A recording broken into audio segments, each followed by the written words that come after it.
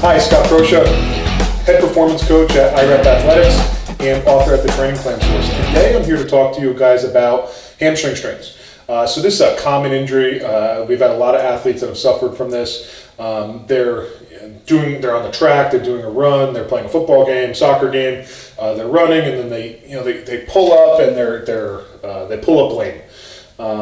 And usually a lot of these things are avoidable. Sometimes we find some muscular imbalances, but I just want to review a little bit of the anatomy first. So we're looking at the back of the leg.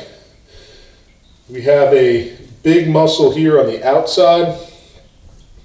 It's called your biceps femoris. It's one of your hamstring muscles. And on the medial side, we have these two hamstrings here. And there's actually one on top. So the one that's deep and the one that's below is the semimembranosus. And the one that's on top, I always say T on top, semitendinosus, T tendinosus is on top. And those, if you reach the back of your knee and the popliteal fossa, you'd be able to feel those tendons of the hamstring. So these muscles cross the knee joint. And we have a lot of athletes that these are chronically very tight on. And we see some imbalances of hamstrings being weak compared to their quadriceps. We have a tendency to see a lot of quad dominant athletes, especially our big strong cyclists.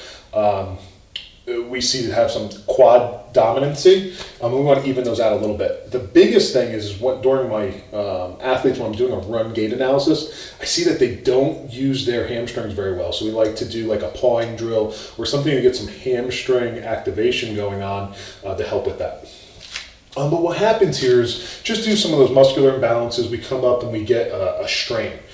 So a muscle strain is something, we have different grades of this. We can actually tear that muscle, and sometimes we can actually pull that tendon right off the bone. But usually like a very mild strain is just going to have pain associated with it and some inflammation. As we progress, as we run our hand down this hamstring, we actually get a divot. We may get some ecchymosis, which is black and blue. We may get some swelling.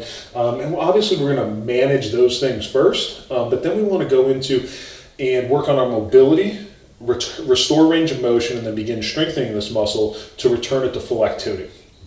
So Coach Anthony, our head strength and conditioning coach, has developed a great plan to help get our athletes back in the game. And you can find that at www.thetrainingplansource.com.